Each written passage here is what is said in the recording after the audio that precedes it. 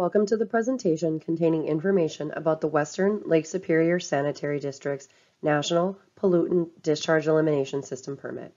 My name is Stephanie Lyons, and I'm the permit writer for this permit. On the screen, you'll see a list of agenda items we plan on touching on today.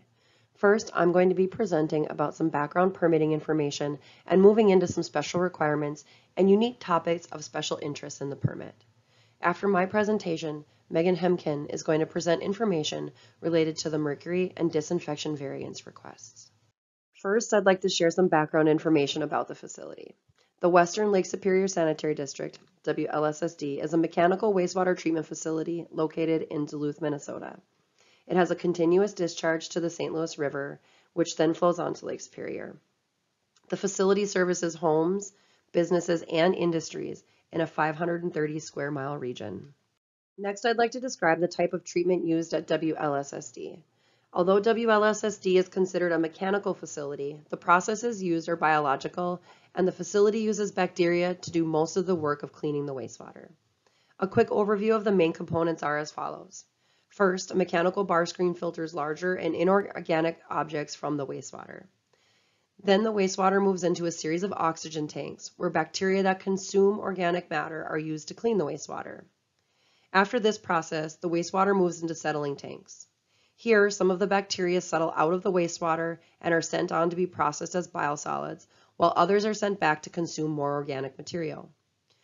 The water is then disinfected with chlorine and pushed through a series of multimedia filters prior to being discharged to the St. Louis River. These last steps remove any remaining organic particulates and any pathogens from the treated wastewater. So WLSSD operates under a National Pollutant Discharge Elimination System permit, and we're going to call that an NPDES permit from here on out. An NPDES permit is a tool used to translate requirements of the Clean Water Act into limits, monitoring, and reporting requirements that are protective of water quality. The Clean Water Act allows the Minnesota Pollution Control Agency to set limits based on water quality standards and water use classifications of the water bodies. Lake Superior is a Class 1 water and is designated for domestic consumptions such as drinking water and food preparation, while the St. Louis River Estuary is a Class 2 water that supports aquatic life and recreation. To establish compliance with the permit conditions, the permittee is responsible for self-sampling and self-reporting data related to their discharge. An NPDES permit contains two different types of limits, both of which are protective of water quality. One type of limit is a technology-based effluent limit, and the other type is a water quality-based effluent limit. And I'm going to tell you a little bit more about each type of limit in the next few slides. First, I'll talk about technology-based effluent limits. These type of limits require a minimum level of treatment based on technologies and components installed at the facility. The list on this screen shows examples of parameters that require technology-based effluent limits. Facilities are designed and constructed with components that allow them to meet or exceed water quality standards for these parameters.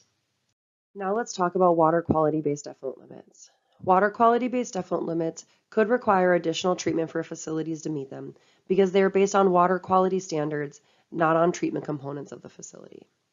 So water quality standards are standards that are applicable in the water body or the receiving water. They're based on the water use classification for the water body, the numeric and narrative standards for that water body, and also on anti-degradation requirements that protect the water quality of the water body. Water quality-based effluent limits are limits that are applicable in the wastewater permit, and they're based on these water quality standards. A water quality-based effluent limit ensures that the discharger does not cause or contribute to the exceedance of the water quality standard in the receiving water. And in the next few slides, we're going to discuss the water quality standard for sulfate and how it is being applied in this permit. The water quality standard for sulfate is 10 milligrams per liter statewide, and it's set to protect the production of wild rice. Because wild rice is an important part of our ecosystem and as well as a cultural resource to many in our communities. The MPCA is continuing to work with the public and state, local, federal, and tribal partners to develop ways to protect wild rice through the implementation of the 10 milligram per liter water quality standard. We are implementing this standard by assigning monitoring and/or limits to facilities when wild rice is located downstream of a discharge point. The map on this slide shows WLSSD's discharge point right here. And it also shows the nearest stand of wild rice at a location we call Grassy Point. This stand is located about 5 miles upstream of WLSSD's discharge. Even though wild rice is not located downstream of WLSSD's discharge point, we are still concerned about sulfate levels due to a phenomenon known as a Seiche in Lake Superior. A Seiche is a long-standing wave that are caused by prolonged winds that exist in closed water bodies like lakes, reservoirs, and bays. Seiches are not always visible to the naked eye, but they have been known to move water and change hydrology in these types of water bodies. I like to describe the Seiche effect using a bowl of soup. If I were to blow into the bowl of soup to cool it down, the action would cause a wave that rippled away from me and then back toward me. This type of action is why we are looking at the effects of Lake Superior on the hydrology of the St. Louis River estuary. We are really trying to determine if the Seiche is capable of pushing WLSSD's discharge upstream in the St. Louis River estuary. To find out more about the effect of the Seiche, a study was completed by Bar Engineering at the expense of WLSSD. The map on this slide shows the study area, which starts about 2 miles upstream of WLSSD. There are 17 observation points along this 3-mile stretch of the model. Observation point number 12 is the area known as Grassy Point, where the nearest stands of wild rice are known to exist. The study monitored a concentration of 200 milligrams per liter injected at point number 1. The study was done at low flow conditions, which means the river was at its weakest downstream flow, so that's when it could potentially be the most affected by the Seiche activity. The results indicated that none of the 17 data points upstream of the injection point ever registered a concentration more than 2 milligrams per liter. And Grassy Point actually never registered a concentration higher than 0.2 milligrams per liter. So this model indicates to us that even at low flow conditions, the Seiche was not able to push the tracer concentration upstream. Therefore, we can also conclude that WLSSD's discharge would not be pushed upstream. So since the nearest stand of wild rice is located upstream of WLSSD's discharge point, and the Seiche is not able to push the discharge upstream, the MPCA is following its implementation plan and is not requiring a sulfate limit in the permit. We are, however, still requiring sulfate monitoring at the discharge point. The last item I'm going to talk about today are per- and polyfluoroalkyl substances, commonly referred to as PFAS. These compounds are a diverse class of compounds that are widely used in a variety of industrial processes and in commercial products. These compounds are very good at repelling oil and water, and they create low friction surfaces, so they are good for use in things like nonstick cookware, cosmetics, food packaging, and waterproof clothing, to name a few items. There are key challenges in understanding and regulating PFAS, like identifying their uses and even their presence in our environment. We also need to learn more about the impacts of their health and on the impacts of our ecosystems. The MPCA continues working with permit holders and other states to understand the opportunities to reduce the presence of PFAS, and we've even developed a PFAS blueprint and a PFAS monitoring plan. WLSSD has signed a Memorandum of Understanding and has agreed to monitor for PFAS and its influent to help identify sources and reduce PFAS within their wastewater collection system. It's important to note that while WLSSD does not generate PFAS, studying their influent can help us determine if any PFAS are found in the wastewater collection system. As with other facilities participating in the Memorandum of Understanding, these actions will be conducted outside of the MPDES permit requirements. Hello, my name is Megan Hemken, and I work in the Water Quality Standards Unit at the MPCA out of the St. Paul office. Today, I'm going to be sharing information with you regarding the 2 variances included in WLSSD's permit. So, why are we having this public meeting? You may be asking this as wastewater permits do not usually necessitate public meetings. However, WLSSD has requested a variance from Minnesota's water quality standard for mercury.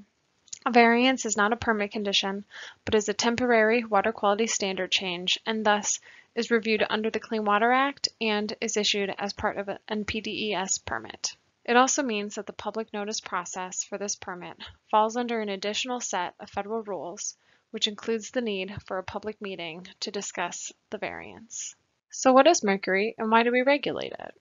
Mercury is a naturally occurring element It's ubiquitous across the environment, and while it can change forms, mercury itself does not break down.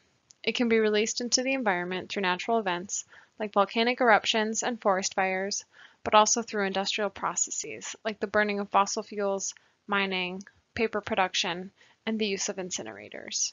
The reason we are concerned with mercury here is that once it's in the water column, it can accumulate in fish tissues as you move up the food web, and so higher trophic level predators of fish can be exposed to much higher concentrations of mercury.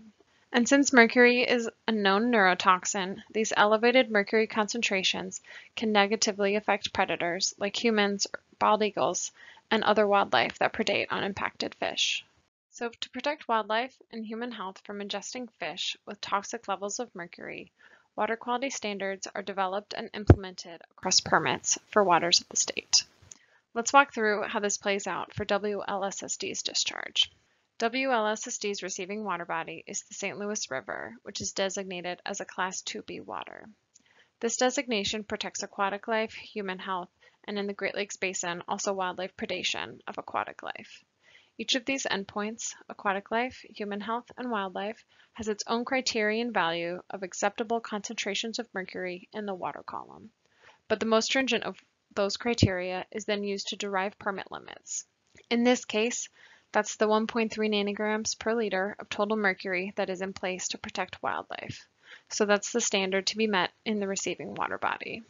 This standard is then used to derive the final effluent limits of 1.8 nanograms per liter as a monthly average and 3.2 nanograms per liter as a daily maximum for WLSSD's discharge to be met at end of pipe.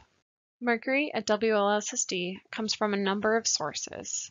These include discharges from significant industrial users, or SIUs, infiltration and inflow, the source water for local domestic and commercial users, dental offices removing amalgam from patients, and from regular household products like thermometers. One of the major contributing groups to WLSSD's waste stream of mercury is the paper and pulp industry. The discharge from these SIUs results in an elevated proportion of dissolved mercury compared to total mercury than is usually expected at municipal wastewater facilities. This is especially problematic as dissolved mercury is more difficult to treat than mercury bound to particulates. While the original facility and treatment process were actually designed and constructed intentionally to receive and treat for a significant portion of effluent from these industrial contributors, as well as domestic customers, WLSSD has been unable to meet their final effluent limits for mercury. WLSSD's efforts to reduce mercury, which began decades ago, have fallen under two categories: prevention and treatment. Generally speaking, prevention is less expensive and the preferred method to reduce mercury in a waste stream. At WLSSD, these actions include large-scale investigations of where the mercury is coming from, whether from certain industries, labs, hospitals, dental offices, or from I&I issues in their collection system. WLSSD has also taken great strides to address SIU inputs, like decreasing the allowable concentrations of mercury these facilities can send to WLSSD, and working with them to evaluate their processes and reduce mercury-containing components. Furthermore, their pollution prevention program focuses on education and outreach within their community through billboards, bathroom signage, educational classes, and offering drop-off of any mercury-containing products and other similar activities to reduce mercury in their collection area. They've also instituted an ordinance for dental offices in their collection area that requires amalgam separators to be installed and routinely maintained to capture mercury from their dental procedures. Regarding treatment, WLSSD continues to optimize their current facility treatment train and equipment to better their mercury removal efficiency. Further, they have undertaken numerous pilot testings of different filtration processes to find a technology that can successfully remove mercury to the necessary concentrations to meet their final limits. However, these treatment technologies have been deemed infeasible because they either cannot treat the waste stream to necessary concentrations or because they are simply too expensive for the community to afford. Through these actions, WLSSD has been quite successful at reducing their mercury concentrations in their influent and their effluent. but they are still not able to attain final compliance, so they have applied for a variance. A variance is a time-limited modification of a water quality standard. The goal of a variance is to give the permittee additional time to figure out what solutions can get them into compliance with their final limits. During the term, a variance would include an interim effluent limit set to currently achievable concentrations and requires the permittee to set a plan of how to maintain current and achieve further reductions to meet their effluent limits. To be eligible for a variance, first, the permittee must be unable to comply with their final effluent limits. Secondly, the permittee must demonstrate one of several eligibility factors. Variances previously approved in Minnesota almost exclusively use the financial factor, so their eligibility is based on a determination of substantial and widespread economic and social impact. There's a federal worksheet filled out by the permittee which outlines the cost of installation and operation of a potential treatment option and how that installation and operation cost would impact their community. In WLSSD's case, the tertiary filtration technology evaluated demonstrates that user costs would exceed 2% of median household income in their collection area to install and operate, and that means it is considered infeasible for the community to afford. If a variance is approved, the permittee must meet a federal requirement referred to as the highest attainable condition throughout the term of the variance.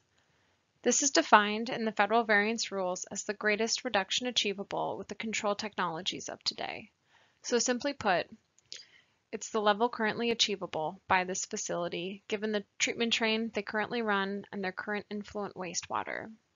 So what is the most stringent mercury concentration they can successfully meet in their effluent right now? The highest attainable condition is conveyed by two requirements. First are the limits, which are expressed as an interim daily maximum and monthly average limits. Secondly, are the actions in progress that the facility must make to further reduce their pollutant levels. This is represented in the Pollutant Minimization Plan, or PMP. This is where the facility outlines what they plan to accomplish over the permit term to reduce pollutant concentrations, both through prevention measures and treatment investigations. Furthermore, they must submit annual progress reports that document any accomplishments, pollutant concentration trends, and planned activities for the next year. It's really a place for the permittee to take stock each year and iteratively evaluate what they've achieved and document how they plan to further their mercury reductions. Lastly, variances for bioaccumulating parameters in the Great Lakes Basin can only be approved for up to 5 years, which we align with the term of the permit.